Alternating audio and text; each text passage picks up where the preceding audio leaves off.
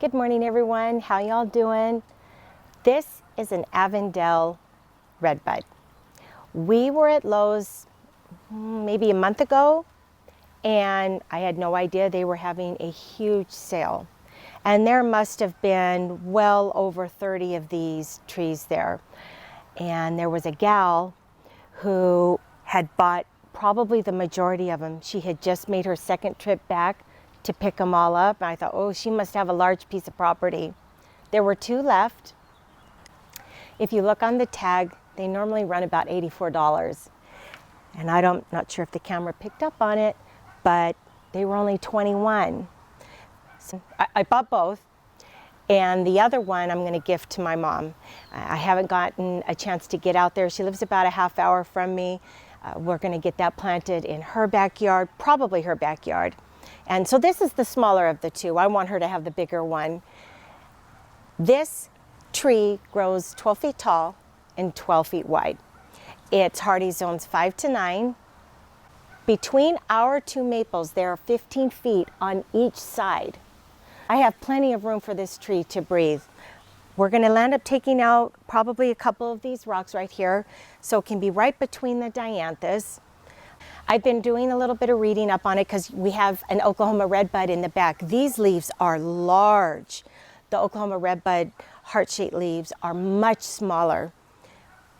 However, in all my reading, they have said that the Avondale is by far the most flowering each spring. So I'm not sure if that's maybe why they were on sale, because nobody maybe wanted to buy them after they flowered. But I know what it's going to look like come spring. And then during the fall, I believe they turn a yellow color. Anyway, I think this is going to be a great addition to our front. There were a few places in the backyard that I thought about putting it, and I thought, oh, I don't know. You know, we kept putting the tree in different spots in the backyard, and my husband said, I don't know, I think it might look better in the front yard. So of all the places that we put the tree around, this is where we landed, and I think he picked a great spot. It will eventually kind of shift the dynamic of this flower bed because it will give some of it more shade, which I'm all for.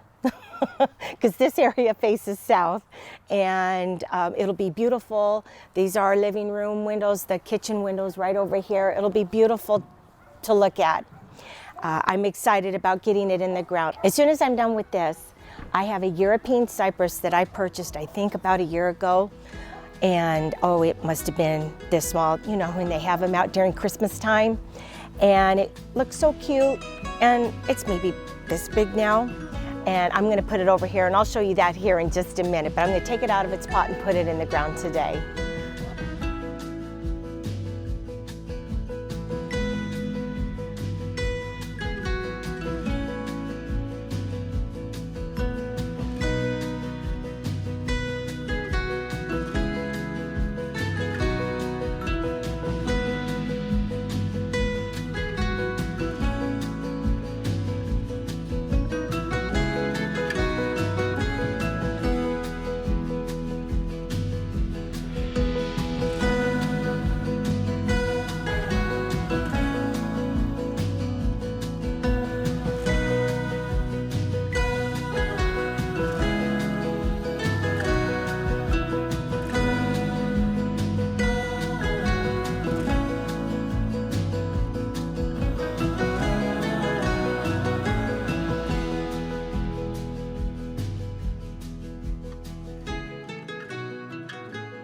About a year and a half ago during Christmas time, my husband and I were at Ace, and there was 1 European cypress left, and I should go get the pot. I think I still have it. It was in this little itty bitty pot, I don't know, a couple of inches big, and I've never put it inside. I read where a lot of people will keep them in a small container inside.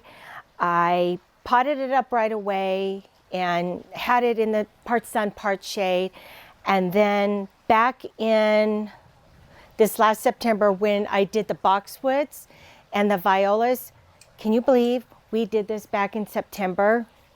And these violas have lasted nearly 8 months. Isn't that amazing?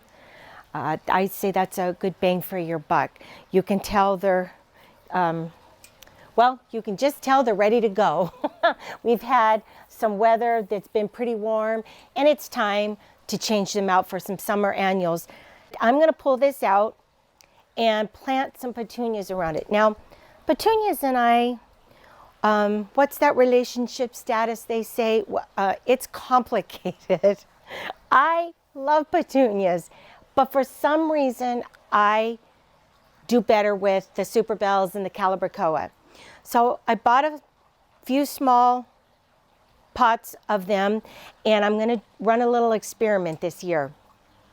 I've been to several locally owned nurseries, and a couple of them have said, petunias can't do well in our heat. Absolutely not. They don't do well in our full sun. Whereas a few of the nurseries have said, oh yeah, they can take our sun really well.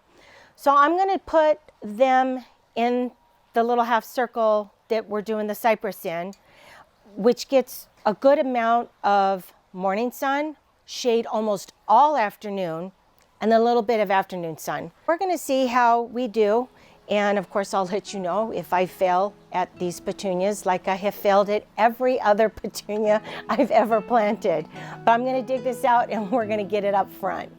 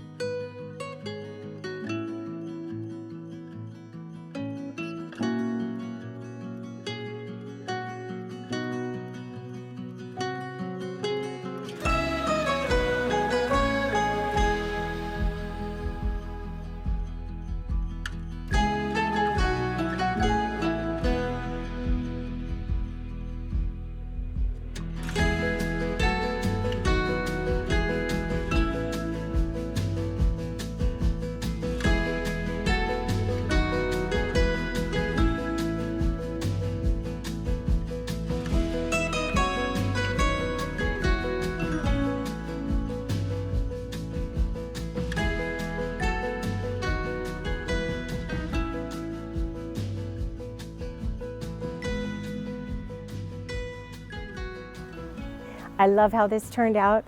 I think it looks great.